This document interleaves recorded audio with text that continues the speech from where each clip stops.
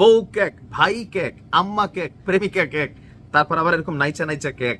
ভাই বাঙালি যে কি পরিমাণ ছেঁচড়া জাতি।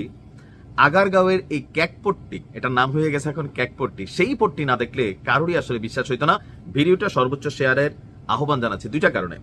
প্রথমত, একজন ব্যবসায়ী ব্যবসা করবেন, একজন উদ্যোক্তা তিনি ব্যবসা করবেন, আমাদের কোনো হেডেক নাই। কিন্তু বাঙালি জাতি যে কোনো জিনিসটা ধরলে চিপা কপচাইয়া এটার তেল বের করা ছাড়া এর আগে থামে না। আমরা দেখছি যে গেল আগারগাঁয়ে ওই যে বউয়ের বানানো কেক, পরবর্তী সময় আবার একটা চ্যালেঞ্জ এলো, বেটা তোর বউ প্রতিদিন 50-100 কেক কেমনে বানায়, সে আবার ব্যাখ্যা দিচ্ছে। ভাই এখানে সব ধান্দা ছাড়া আর কিছুই না। এরপরে দেখলাম মিষ্টি আপা, বৃষ্টি আপা, সৃষ্টি আপা, ওপি আপা, পপি আপা, হ্যাঁ প্রত্যেকে কেক নিয়ে আসেন, কেউ আবার গাড়িতে করে নিয়ে আসেন, কেউ হুন্ডার মধ্যে আইনা চানাচুর এটা সেটা বেছেন, কেউ দই বেছেন, বিক্রি করেন, আমাদের কোনো আপত্তি নেই। কিন্তু যখন একটা পাবলিক প্লেসকে আপনারা ডাস্টবিন বানাই ফেলেন, যখন একটা গুরুত্বপূর্ণ একটা জায়গা, নির্বাচন কমিশনের সামনের এই গুরুত্বপূর্ণ জায়গায় আপনারা মূল রাস্তা দখল করে যখন এইভাবে বসেন, এই যে ভিডিও ফুটেজ আপনারা দেখছেন, এটা কি রাস্তা নাকি খাস্তা আসলে বোঝা কষ্টকর। আবার এইখানে এই কেক বিক্রি নিয়ে এক মহিলা আরেক পোলারে থাপ্পড় দেয়, আরেক পোলাইয়া মহিলার গায়ে হাত দেয়, একজন আবার এইভাবে হাত ঢুকাইয়া মানে কেক নেওয়ার চেষ্টা করে, আপাদের পিছনে ঘষাঘষি করে, আপারও এই ঘষাঘষিতে মজা পায়, ভাইরাল হয়। আর ইউটিউবাররা যারা আছে, কন্টেন্ট ক্রিয়েটাররা, দিন রাত কোনো কন্টেন্ট তৈরি করতে পারে না, ওইখানে গিয়া কোন কেক আপা টিকটক করছে, কোন আপাকে এরকম লারা দিছে, আপনি দেখবেন এই 50 থেকে 100টা মাইকই থাকে।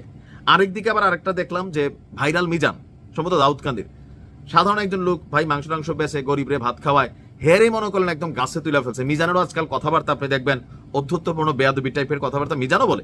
মানে এই দেশটাতে হয় কি, এই যে সাধারণ মানুষগুলা যারা একটু ব্যবসা বাণিজ্য করে খাচ্ছে, ওই যে ভাইরাল কাঁচা বাদাম দাদার যে পরিণতি হয়েছে, এই পরিণতি হয়ে যায়। বা রানু মন্ডল ওই যে ফকিন্নি থেকে হঠাৎ করে একদম গাছ উঠে গেছিল, এখন আবার হাওড়ার সেই রেল স্টেশনে ভিক্ষাই করে। আমাদের বাংলাদেশের এই ট্রেন্ডটা খুবই খারাপ, মানে কাউরে ব্যবসা কেউ শান্তিতে করতে দিতে চায় না। আবার এটাকে কেন্দ্র করে আপনি দেখেন আজকে পুলিশ গিয়ে সেখানে সুন্দরভাবে বুঝে আসছে। পুলিশের সাথে বাকবিতণ্ডা কেন? পুলিশের কাজ হচ্ছে রাস্তাঘাট আইন শৃঙ্খলা পরিস্থিতি ব্যালেন্স রাখা। আপনারা ফুটপাত দখল করে, আপনারা মূল রাস্তা দখল করে যে কেক বিক্রি করতেছেন, এটা কি সঠিক হচ্ছে? এখন আরেকটা জিনিস করা যায়, দেখেন আমি উদ্যোক্তাদের বিপরীতে না, আমাদের বোনেরা যদি 2-4টা কেক বেচা আর জাতি যদি কেক খাইয়া 10টা টাকা দেয় সমস্যা নাই।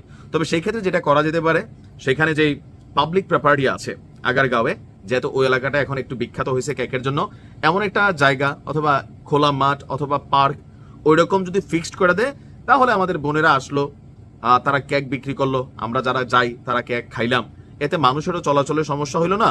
আর কেক বিক্রি করে যারা সংসারে 2টা টাকা পয়সা কামাচ্ছেন, তাদেরও আসলে পেটে লাথি পড়লো না। তো বিকল্প একটা আমার মনে হচ্ছে ব্যবস্থা করা দরকার।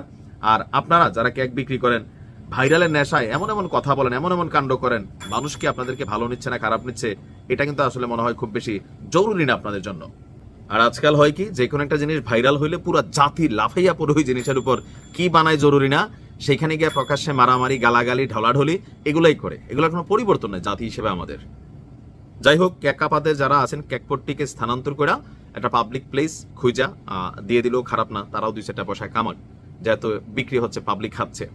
ভালো থাকুন।